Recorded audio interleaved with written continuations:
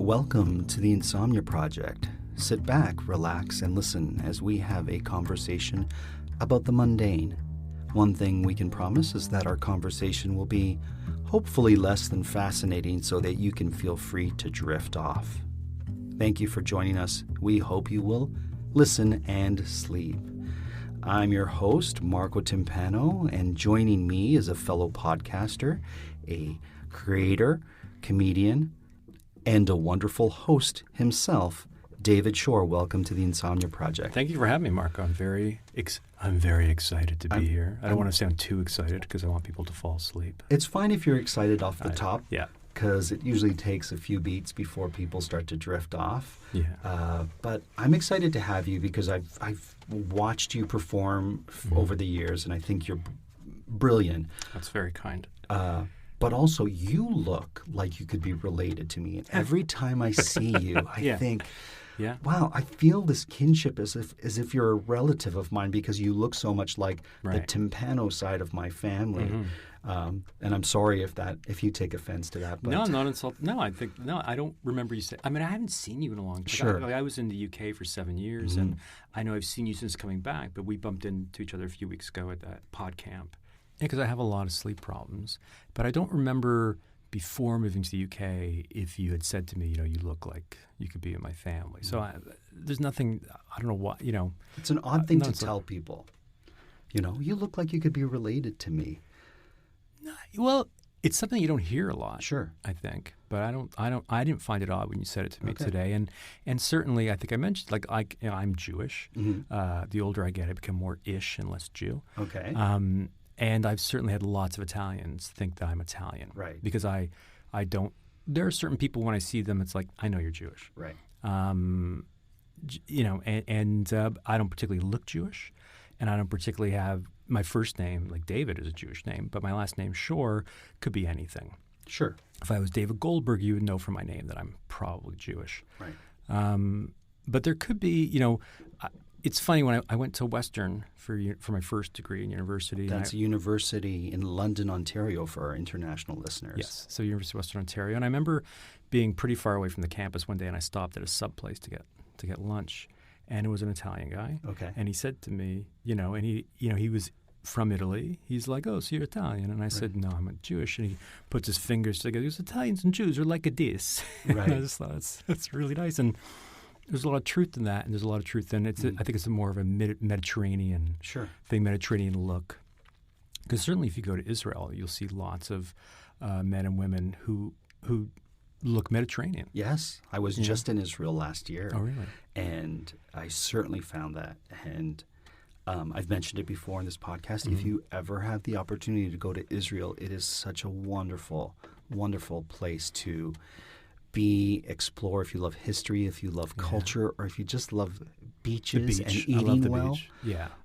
Speaking of eating, yes, let's talk about cultural food since we started that sort of connection with culture. Yeah. Well, I was up. I try to have lunch with my uncles at least once or a couple times a month, and they meet daily at Kiva's. Kiva's is arguably one of the better places to get bagels in southern Ontario. I'm going to say bagels because that's what I get there. I'm sure they have other great food. They're known. There too. It's Kiva's Bagels. Yeah, sure. They're known for their bagels. And so I was meeting them, and I was going up to my mother's after. She lives in Thornhill. And I was telling you I was really craving a Dante's Pizza, which is this legendary pizza place in Thornhill. Right. They don't deliver downtown because I looked into it. And I thought maybe I'll order pizza to bring home. But I didn't because I was really full, and I have to watch what I eat since my Crohn's surgeries. Sure. But I thought, this might be interesting to talk about different bagels. And there's always a bagel debate in Toronto. And also, I would love to get, if you have a place this is the best place for pizza downtown. Or I can't really eat pasta that much anymore. Sure. But I was thinking, because there is, not just in the Jewish community, but in general, there's a debate over what's the best bagel in the city. And I'm a huge fan of Greif's, which is owned by the Greif's family. I don't know how long they've been making these bagels down on Bathurst Street. But now whenever I go up to my mom's, I get a car share. I make time to stop at the bakery to pick up their bagels. They've also got these pizzas, these little pizzas they make, which are very basic but tasty. And I also get some rugelach. And at a lot of places in downtown Toronto, you can buy Greif's bagels. Right. and they're fresh, but they cost more. Sure. So if I'm heading up there, I'll pick up a dozen. Right. When talking bagels, what is your preferred topping, if there's a topping on your bagel? So, for example, do you like poppy seed, sesame seed? What is your go-to? It's a good question. It's either one of those. Okay. I like either poppy or sesame, and I've only found out recently, because I would typically get the poppy seed bagel at Kiva's. But my uncle got one, it seemed like it had taken a bath in poppy seeds. Oh. And apparently you have to ask for the extra poppy seed bagel. It's really covered in it. That's the one I like. But if the bagel almost looks black because it has that many poppy seeds, I'm on board. I'm on board with that too. I'm a big fan of the plain bagel too. Mm-hmm. I feel like sometimes you can really tell the quality of the bagel if it's plain. And that tips into pizza for me. Oh, yeah. So if I'm in a pizza restaurant, a pizzeria, and they're making their own sort of personal-sized pizza, so I'm getting a 12-inch, let's say, 8-slice pizza or 6-slice pizza for myself, even a 4-slice if they do it like a quadrants, let's say. Right. I'll always get a margarita because you can't mask your inability to make a pizza if you get the most basic.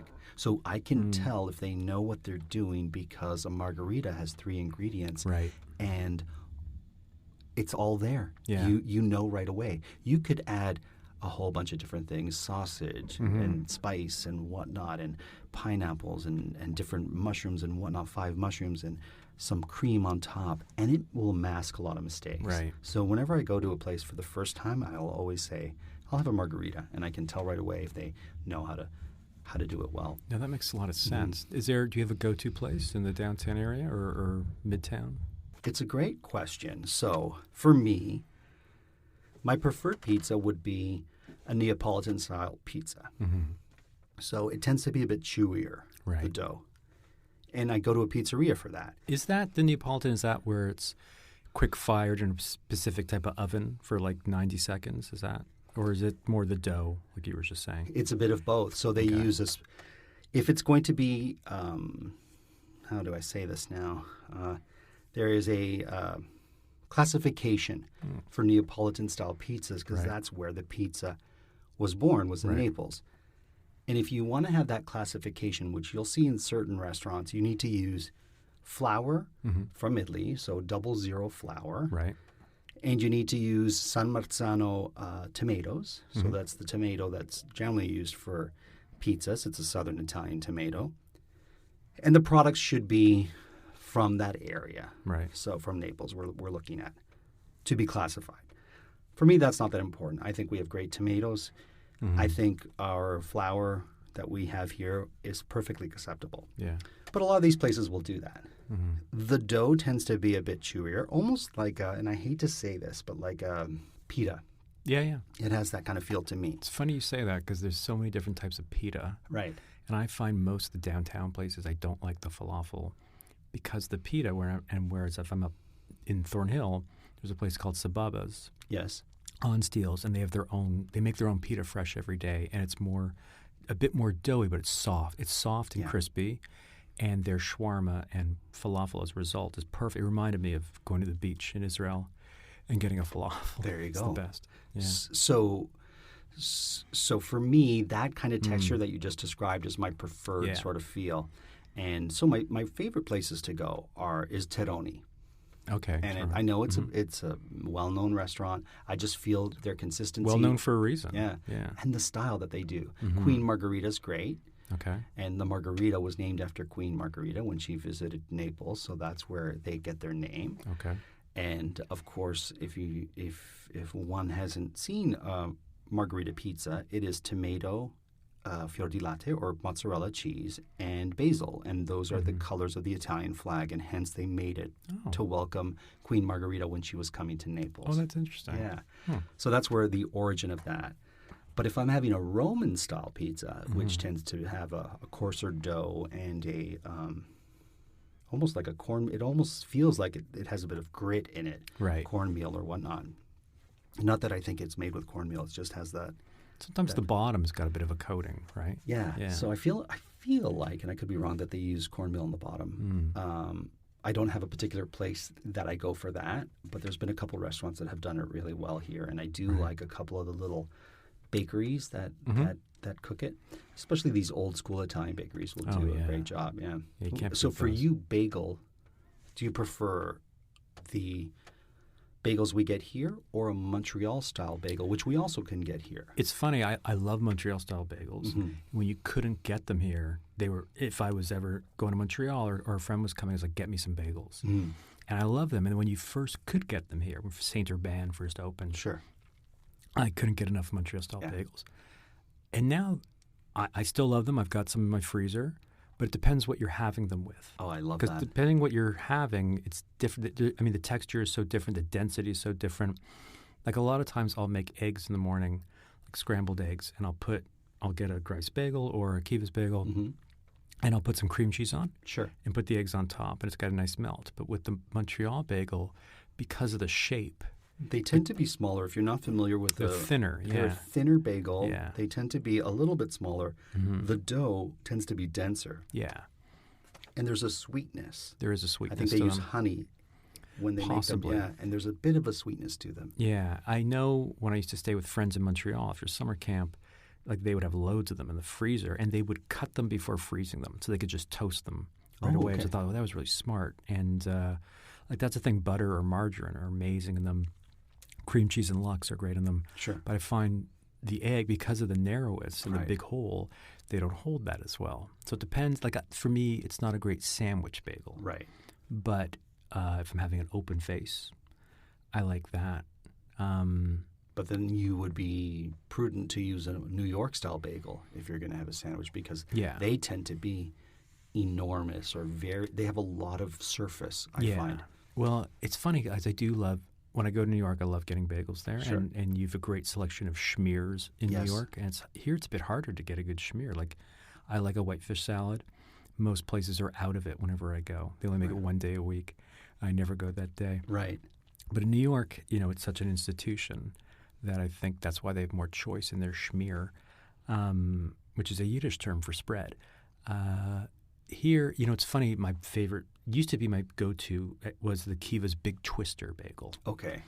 which is a really big bagel. And it's typically got some poppy and some sesame and salt on it. And it's also a good bagel for making a pizza bagel. Oh, yes. Which is, here we're getting cross-culture. We're Yes. getting some fusion here. Because that would give you a pretty big pizza bagel. Sure.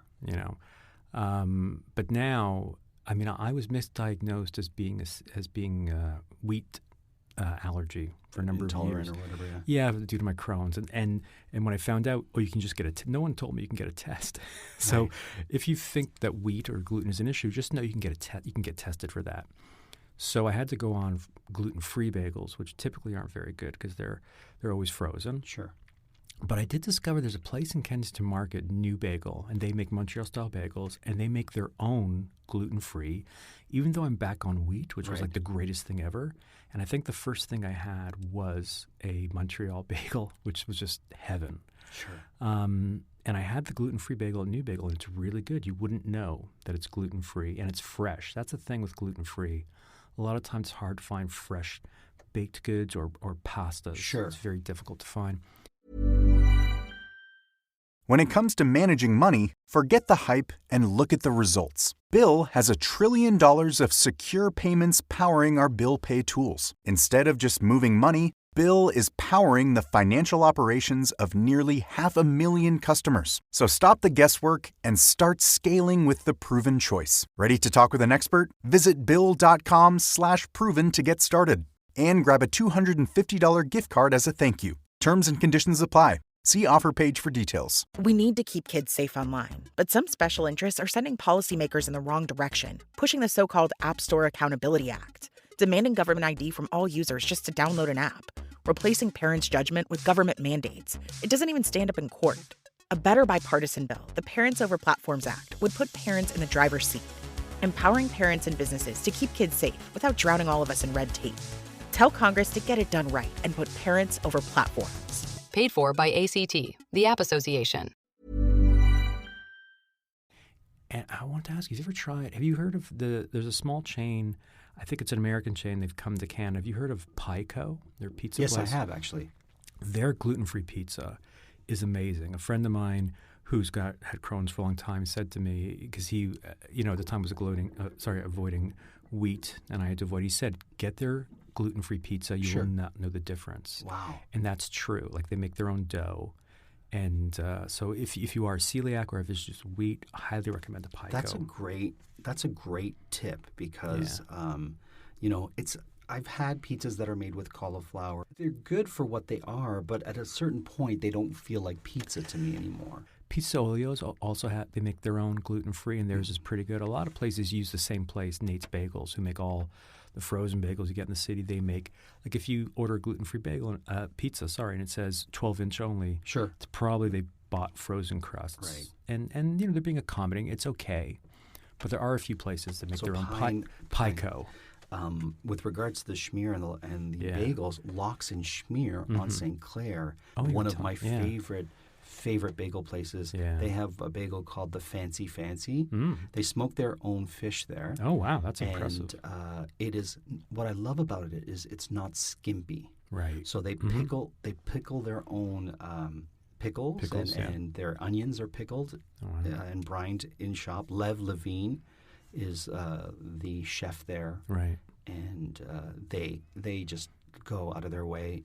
I recommend it so highly. I'll check it out. I've only had smoked fish that was smoked in a small batch like that once when my sister and her husband and I and my ex-wife, we went out to Galliano Island in BC. Oh. Yeah, and my brother-in-law got a bike and went tripping around, and he found there was an indigenous family that caught and smoked their own salmon. Wonderful. And he bought a big piece of it, and it was the best smoked salmon I've ever had. I bet. We just went to town on that thing. Well, wild caught, smoked. Yeah, no, I'm gonna have to check out this. What's it called in the Schmear place?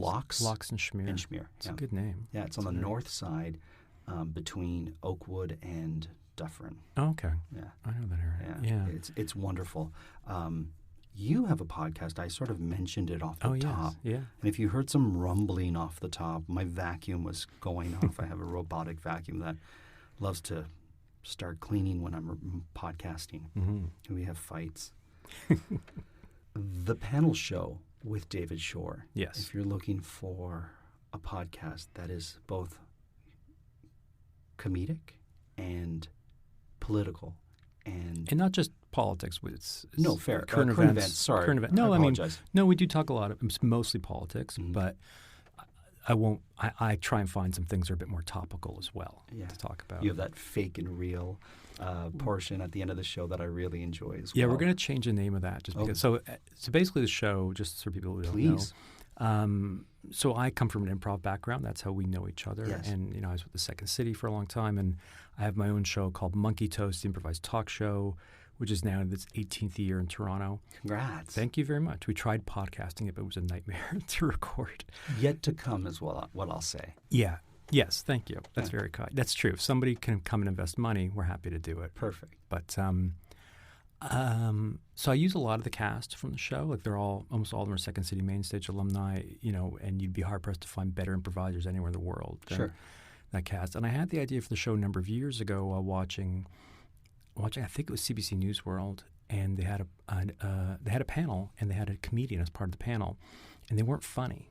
Right. They were deadly serious. Well, not deadly serious. They were just serious. And I thought if I could get a great improviser in character just to commit to the character and talk about politics and current events, I think it'll be funny. Sure. So Andrew Coyne was a regular guest on Monkey Toast. He's one of the most well-known journalists and respected journalists in Canada. So he was on board. And at the time, Kim Parley, she's a former student of mine at Second City, and she'd been on Monkey Toast a number of times. She was an anchor at I don't know if they were BNN or BBN Business. It was a business news network. Okay. And so we workshopped in front of a live audience, and it really worked. But then I went to the UK for 7 years, and now that I'm back, I've restarted the show thinking this will make a good podcast. So every show I have 2 real journalists and 2 improvisers in character, and we talk about real-world topics and events. And so Andrew Coyne's been on it quite a bit. Robert Benzies, the Queen's Park Bureau Chief, which is the provincial parliament here in Ontario. The last show, the improvisers, Kelly Lorette, who's amazing. She plays this character, your insufferable Aunt Maureen, who's just hilarious. Yes. Carrie Griffin, who does Monkey Toast quite a bit and is another Second City alumni. And he's been on your podcast. That's right. Yeah. Yes. Yeah. Yeah, he played your high school drug dealer, Noel Hendricks. On a previous episode, Carrie played Jimmy Stewart, and I'm blanking. I blank on names. But I love how you have these historical people on, or these improvisers playing historical or animated guests and whatnot, and it's I just find the perspective on the given topic is so interesting because you have them sort of weave together with a respected journalist and say Jimmy Stewart or Bane from the Batman. Yes, Bane's very woke is what we've discovered. Yeah, so that Jimmy Stewart episode, the other improviser was Liz Johnson, and she played Katharine Hepburn. And her take, because we talked about, there was some uproar where Scorsese said some things about the Marvel Universe, and her in character talking about the Marvel Universe, one of the funniest things I've ever heard, because she really knows the Marvel Universe, the real person, Liz Johnson, and then to do it in character. So the show really works. It's a lot of fun. We do it in front of a small live audience, and then the real and fake at the end of the show, because I have to research all the topics. Every month I come across something, and I'm like, this is the craziest thing I've ever heard. Right. And then I find 3 more things that are the craziest thing I've ever heard. So I read off a headline, and I ask the panel, is it real or fake? And then we ask the audience. I need to just change the name of that at the end, the game we play at the end of the show. The panel show with David Shore is the perfect podcast for your transit experience. I find, when you need something when you're traveling to and fro from destinations. Definitely. For me, that podcast is engaging, and it's fun, funny, informative. Thank you. And just plain great. I really appreciate that. Well, it's a great podcast. It is topical. Yes. It is funny. Current events. Definitely something for our listeners who need something not to make them fall asleep. Thank you. The panel show with David Shore. Before we go, yes, you had mentioned living in the UK, and I have some amazing listeners in the UK who often send me notes and whatnot. So what are some things you miss from your time in the UK now that you're back in Canada? That's an interesting question. That our listeners can be like, oh, I didn't realize how lucky I was to still have this, and it would be something that would be missed. It's such a different and beautiful place, the United Kingdom, and depending on where you live, just like in Canada, your experience is very different. So I lived in London, which is like New York is so different than the rest of the country.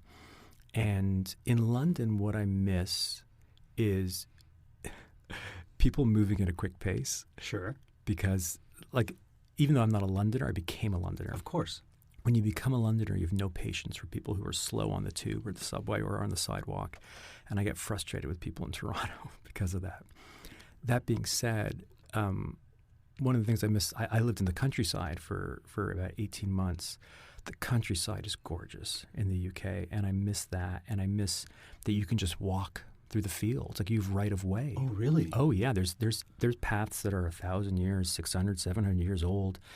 And so even though they may be a farm and farmer's land, you'll see like a well-worn path, and they have by law right of passage, and there'll be a gate that, and it'll be set up. There's different trusts that have all these walking paths all over the UK.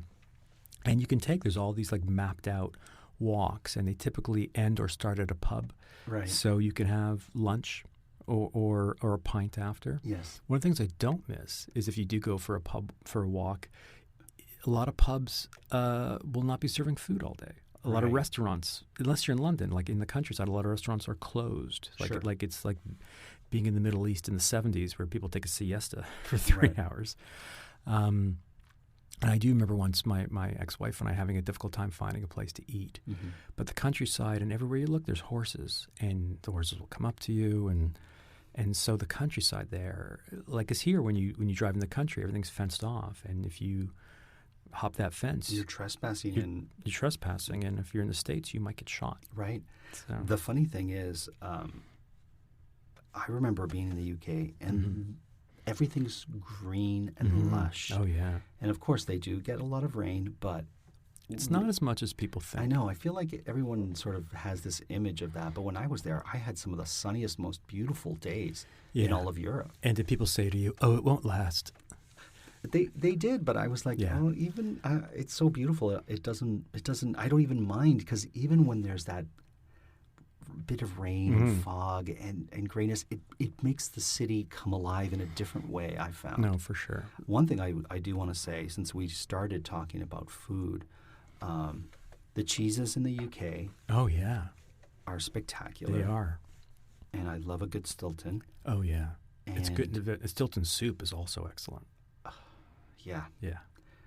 And I will say this, and I'm sure I'm going to get a lot of people who are going to roll their eyes, but I've found this, and it could just be my own personal bias, but tea just tastes better when made by a Brit in England. and I've said it once, and I'll say it again, and I'm sure people are going to just roll their eyes, but I just found when I had tea there, it was just, and I love tea, it was just a different experience. It's funny. I don't know if I thought. I do remember I have to specify that I don't want milk in it. Okay. 'Cause they'll automatically put milk in it. And to me, I wasn't brought up with milk and tea, so I find it gross. Do you put lemon in your tea? Depending on the tea, I might. If there's lemon available, I Okay. put in a lot of sugar, to be honest Okay, with so you. that's how Russians tend to put a lot of sugar, but they Yeah. also make it very milky, so you wouldn't want a Russian tea either. No, like it depends on what tea if it's a particularly dark tea that's bitter, like that's the thing. Traditionally, you put milk in it, but I Sure. don't put milk, so I put in probably extra sugar or honey, depending on what's available. What's your preferred tea? Right now, it's funny, I've gotten into orange pico lately. Yeah. I was always an Earl Grey guy for a long time. And I would, when I was sick, I'd have to have so many mint teas and herbal teas. Sure. But they just don't cut it. But, and I found some President's Choice decaffeinated orange pico. Okay. So I can have tea at night and not have to be an herbal tea. I see. Yeah. So right now, I'm definitely down. It's funny because my box of Earl Grey was staring at me. And I thought, I haven't had you in months and you're feeling sad, aren't you, Earl Grey? Oh, there you go. There you go. Well, David, thank you so much for being a part of the Insomnia Project today. No, it's really been my pleasure, and like I said, like I told you, I love the podcast. I have a lot of sleep problems. It's really helped me, and hopefully you're all asleep by now. And if you're not, please listen to the panel show. The panel show with David Shore, I definitely recommend it on your listening list. Thank you. And reach out and tell David you listened to it because you heard it on the Insomnia Project. That would be great. I'd love for you to get feedback from our listeners. Thank you. Yeah, and if you're overseas, there's nothing funnier than Canadian politics. That's for sure. And if you're visiting Toronto and you want to attend a live show of Monkey Toast, where can they go? So go to monkeytoast.com is our website, and there's info about upcoming shows, and also there will be a link to the panel show website. And we do invite audience for tapings. Those tapings are free, but typically the Monkey Toast is once a month. We take the summer off. Great. Because anyone in Canada, if you work in the arts in Canada, it's hard to get people indoors in the summer. So I will have all those listed in our show notes, so you can just click there in case you're like, I'm just about to fall asleep. I'm not writing that down. David, thanks again. my pleasure. As always, the Insomnia Project is produced by Drumcast Productions, and this particular podcast episode, as you may have guessed, was recorded in Toronto, Canada. Until the next time.